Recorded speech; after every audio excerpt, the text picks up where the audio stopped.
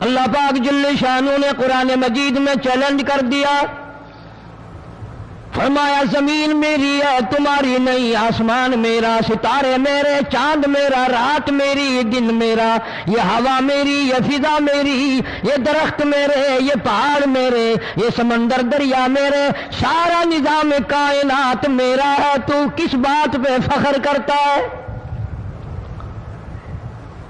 واللہ یقبض ویبسط والیہ ترجعون۔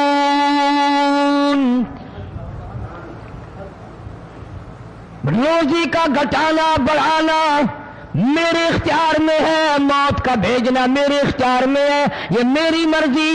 مسجد میں موت بھیجوں، گھر میں موت بھیجوں، پانی میں غرق کر کے ماروں، کسی اور عذاب میں ماروں، میری مرضی۔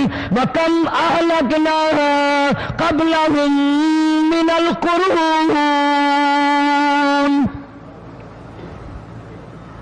میری زمین پہ فساد نہ مچاؤ، عداوت نہ مچاؤ، بدماشی نہ پھیلاؤ، زناکاری نہ پھیلاؤ، ظلم و زیادتی نہ پھیلاؤ، ورنہ وہ بے نیاز ذات ہوں۔ میں پھر ملکوں افراد کی بات نہیں، خاندان کی بات نہیں، میں تو ملکوں کے نام و نشان مٹا دیا کرتا ہوں۔ اخذتکم الصاعقۃ وانتم تنظرون، جبریل امین نے چیخ ماری، قوم کے جگر پھٹ گئے، تمام لوگ ذلیل ہو کر کے مر گئے۔ قرآن کریم کہتا ہے موسیٰ علیہ السلام کی قوم نے عداوت کی، بدماشی کی، زمین پہ روگردانی کی، ان کا انجام دیکھو۔ لوط علیہ السلام کی قوم نے دنیا میں بدماشی پھیلائی، ان کا انجام دیکھو۔ فرشتے آئے، موسیٰ علیہ السلام کی قوم کو کئی طرح سے عذاب دیے گئے۔ لوط علیہ السلام کی قوم پر فرشتے آئے، پہلے لوط علیہ السلام کو کہنے لگے، لوگوں میں بدماشی چھوکروں کے ساتھ پھیلی ہوئی تھی، بڑے خوبصورت جوان لڑکے بن کر آ گئے، نئی عمر کے لڑکے بن کر آ گئے، کاش میرے پاس طاقت ہوتی، میرے پاس لاٹھی ہوتی، میرے پاس قوت ہوتی، میں تمہیں مزہ چکھاتا، میرے مہمانوں کی کیوں بے عزتی کرتے ہو؟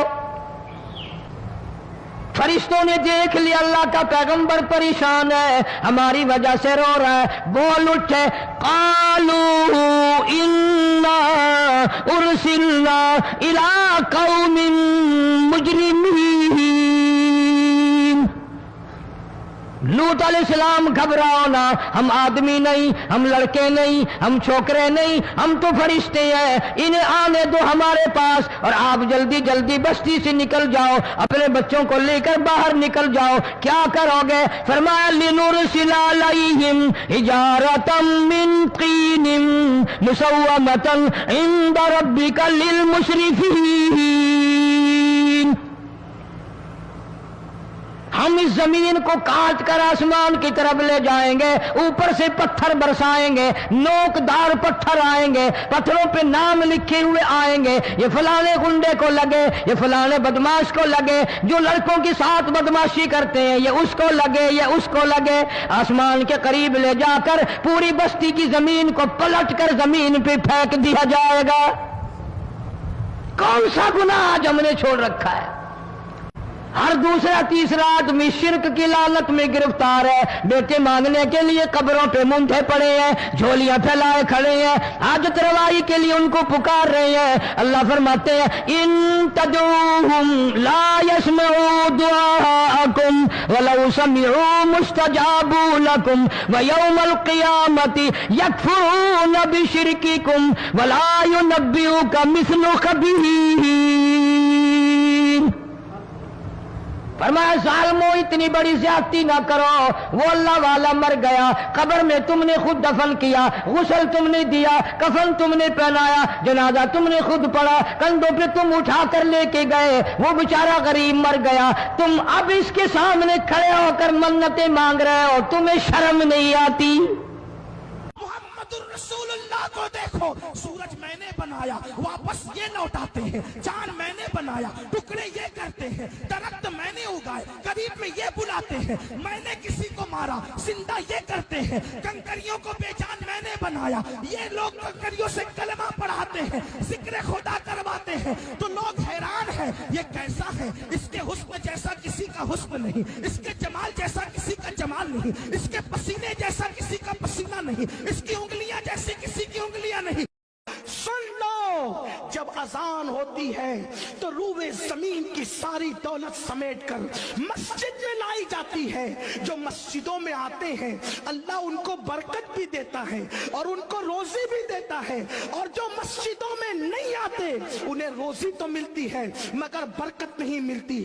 محنت کرو، اپنے قوت بازو پر کچھ کام کرو۔ اللہ کی اس مخلوق میں، اللہ کے بندوں میں سب سے اونچا مقام اللہ کے پیغمبروں کا ہے، اللہ کے نبیوں کا ہے، اور اللہ کے تمام نبیوں نے کام کیا ہے۔ ہمارے پیارے نبی نے بکریاں چرائی ہیں، داؤد علیہ السلام لوہے کا کام کرتے تھے۔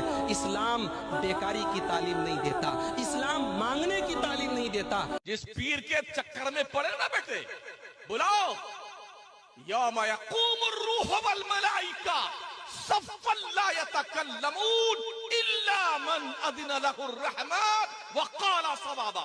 اے کس کے ماں کے بچے کے اندر جرت اللہ سے بات کرنے کی؟ حشر کے میدان میں جبریل جیسا فرشتہ لرزتا کانپتا ہوگا اللہ کے دربار میں، رب سے بات کرنے کی جرت نہ ہوگی۔